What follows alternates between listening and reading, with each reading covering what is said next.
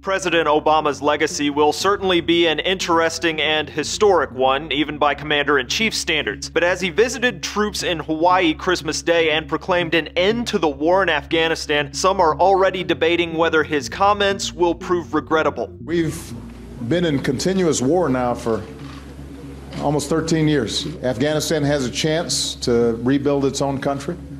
We are safer. It's not going to be a source of terrorist attacks again. However, as the U.S. gradually withdraws troops to about 10,000 by the end of 2014, half that a year later, and then a normal embassy presence by the end of 2016, stability is something Afghanistan's still struggling to grasp. This was the deadliest year for Afghans since the U.S. invaded in 2001 following the 9/11 attacks. NBC's numbers show the country is on pace for 10,000 civilian deaths and 5,000 deaths of Afghan soldiers or police officers. The Taliban is generally considered to be active in most of the country and shows no signs of slowing its attacks, especially with less resistance to deal with once fewer US troops are around. If that sounds familiar, it should. This summer, ISIS took advantage of virtually the same situation in Iraq and a distracted regime trying to stomp out a rebellion in Syria. The US's delayed response in fighting ISIS with airstrikes has been criticized for allowing the militants to entrench themselves and for the thousands of murders the group has very publicly committed. An anonymous Afghan battalion commander told the Washington Post in May, leaving in 2016 is not responsible. Even India's Prime Minister, Narendra Modi, urged the US not to pull troops in a September speech at the Council on Foreign Relations. Modi said he requested, "Please do not repeat the mistake that you did in Iraq, because after such a rapid withdrawal in Iraq, what happened there, the withdrawal process in Afghanistan should be very slow. Let it stand on its own, and only then it can stop from Taliban emerging its head there." As a writer for The Atlantic put it, what these doomsayers understand is that Afghanistan is just as politically and militarily dysfunctional as Iraq,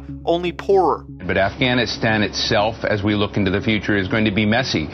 We see a resurgent Taliban in areas where the United States has left parts of Afghanistan, and we see a rise of warlordism, which we rarely talk about. To be fair, many analysts have pointed out Obama's comments were talking about terrorist attacks on the US and our country being safely removed from the situation in Afghanistan. For now, that seems accurate. In a much-debated 2011 interview with Newsweek, Vice President Joe Biden said the Taliban was not a threat to the US, and we could deal with the larger al-Qaeda threat with airstrikes.